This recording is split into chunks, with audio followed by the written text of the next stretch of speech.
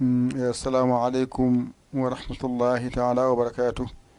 ko salminde e juurade arda jokkude bindande eyi hande eɗen jangguina kadi kaɗo haala ay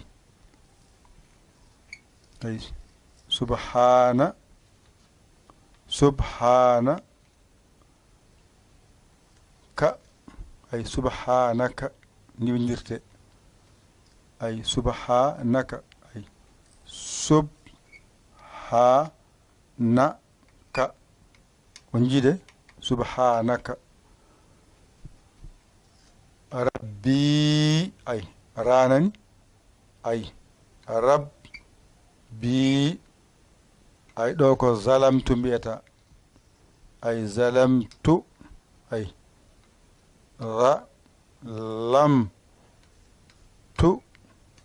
zalamtu mbiya nafsi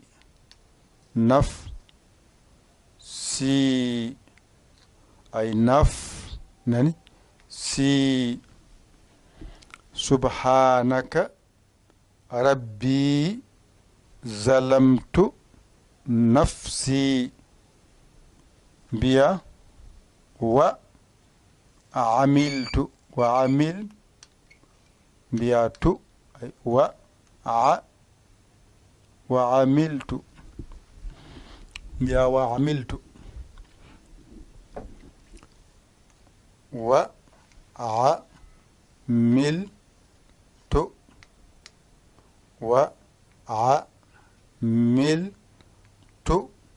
mbiya su'an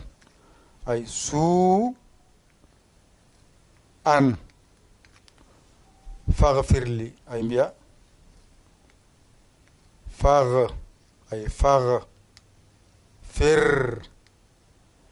li ay oɗo fooɗani ngal ɗo kool mbiya ay mbiya li ay kaɗo haala joni mbatten ka pular holɗum sa sujji e leydi ni kaɗo ɗum ɗo woni duwaw muɗum sa sujji e leydi wi subhanaka rabbi zalamtu nafsi mbiya kadi wa amiltu su'an faghfir li pular no wiyata waɗa ni ay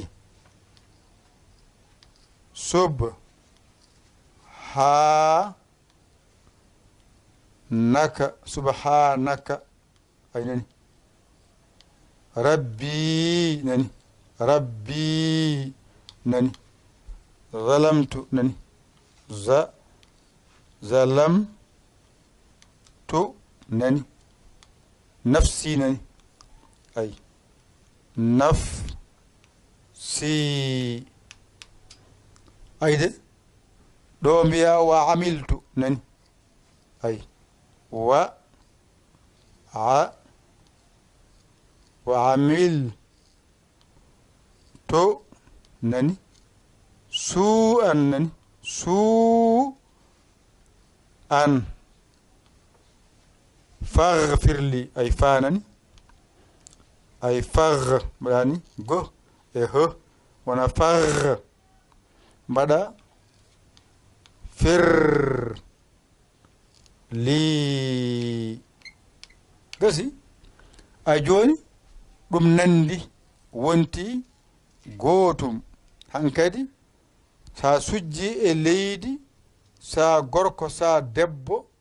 so farilla so sunna ɗum ɗo kalata e sujude he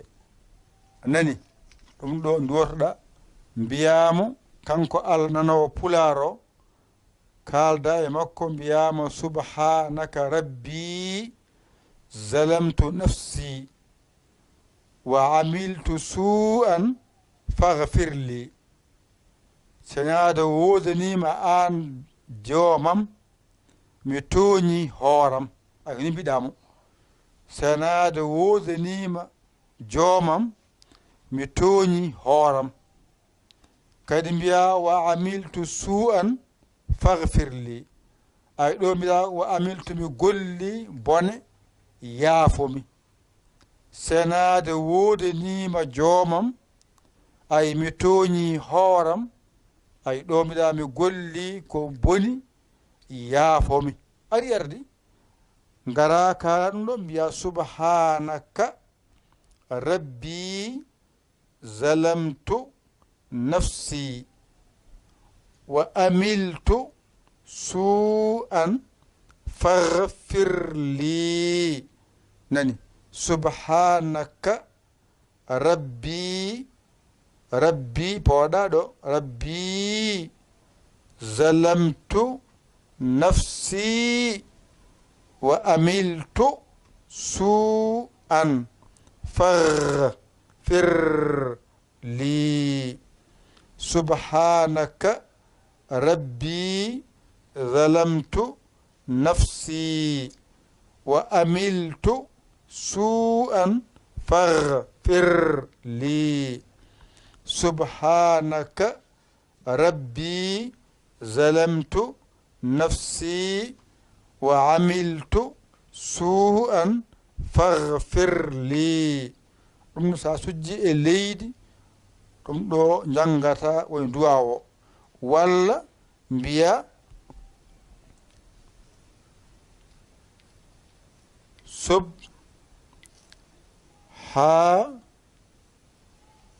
subhana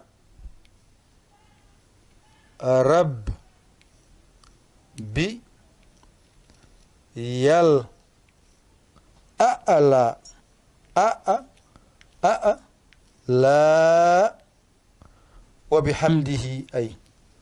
wa bi hamdihi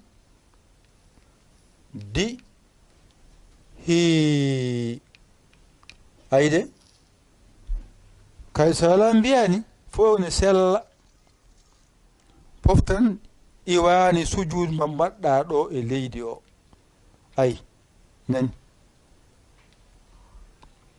on jide iwani ɗo ha joni on paami joni noon ay sa waɗini ɗum ɗo woni inde Allah ko Allahu woni ɗo mi winama noon saɗa juula sa waɗini ay ɗo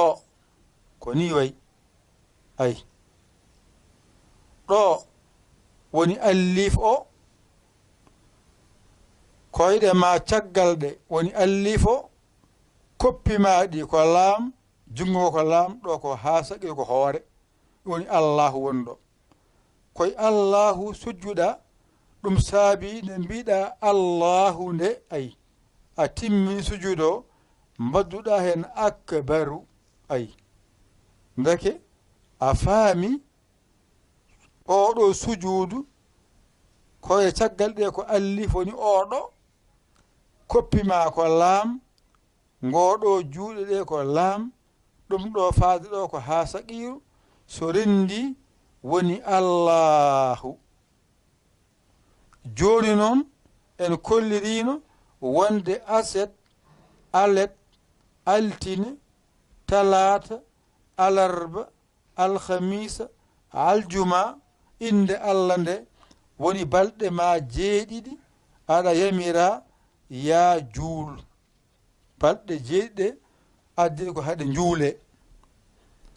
joni noon wadde sa faami ɗon ɗum saabi noon mbiɗama subhanaka rabbi zalamtu nafsi nde wonno ka toñowo gooto kalduɗa e makko aɗa holla hoorema an aɗa wiyamo subhanaka ay ka subhanaka mbiɗamo ɗo ko rabbi ay subhanaka rabbi ɗo ko an hane haalde zalamtu ay nafsi fof ko an woni haalde wa amiltu ko an woni haalde su'an ko an woni haalde faghfir li ɗo ko an makko ñandi ɗo faghfir li ko an woni jaafateɗo o woni jaafotoɗo an woni jaafeteɗo mbiɗamo faghfir li an woni baɗɗo ga boneji ma ha keewi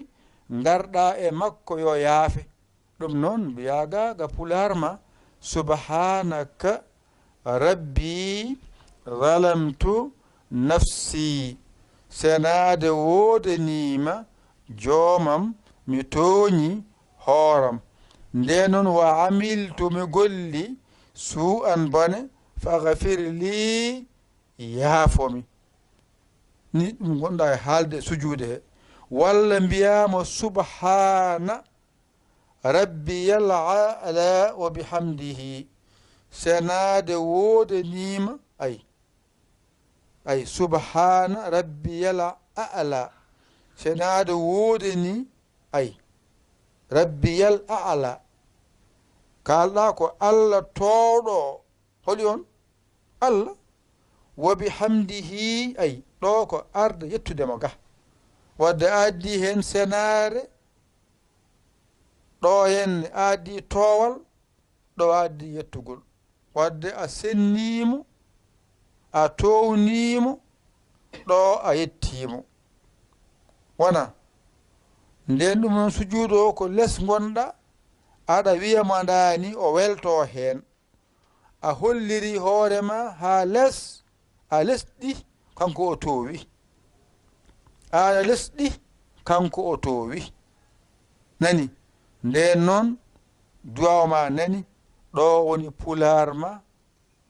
ɗo haaɗi ga woni arab ma sa welama jangiraga sa welama jangiraɗo selli subhanaka rabbi zalamtu nafsi mbiya wa amiltu su'an faghfir li gane ko gotum subhanaka rabbi zalamtu nafsi mbiya wa amiltu su'an faghfir li gane mbiya subhana rabbiyal a'la wa bihamdihi wonayi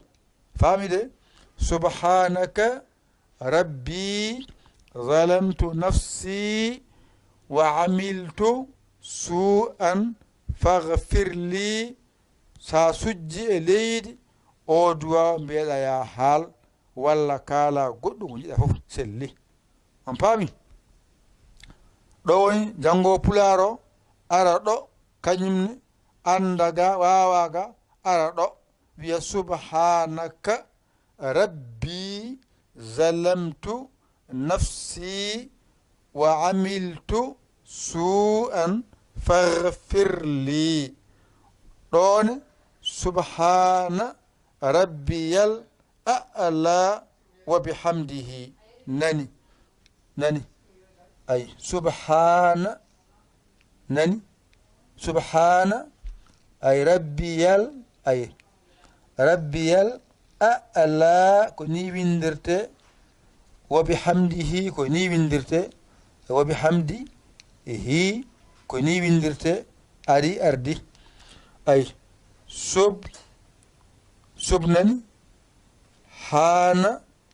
ay rabbi yal a'la wabi ay wabi hamdihi nani kay mon ɗo henne nani salam jangaro sa jangaro gotum subhana rabbiyal a'la wa bihamdihi nani subhana rabbiyal a'la wa bihamdihi ko gotum subhana rabbiyal a'la wa bihamdihi subhana rabbiyal a'la wa bihamdihi ɗum noon ko sa sujji e leydi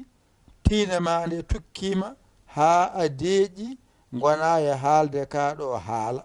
sa haali ka laabi tati moƴƴi walla laabi joyi moƴƴi walla laabi jeeɗiɗi moƴƴi walla laabi jeenayi moƴƴi wadde windanema nan ɗon ƴettu kuɗol ma e karne ma ngara mbañitoɗa janga ɗigga a hoolaki hoorema ƴeewa camorɗoma ɗakkoɗa sara makko omo haala aɗa winda ha jiya bindol ngol naftoroɗa ɗum ɗo wona min jeeyi wona an jeeyi ko jeeyi ɗon ko janngude wawi o jeeyi yo Allah wallu yo Allah newnu ko musidɗo moon alamudo moon dara e bowal yayali ko Sénégal aɗon ki noon yaade noddu en 00 221 77 906 81 mbaɗa yaya mbaɗa li jeeya WhatsApp o taggirɗa a saggani noon alhamdulillahi rabbil alamin on jarama wassalam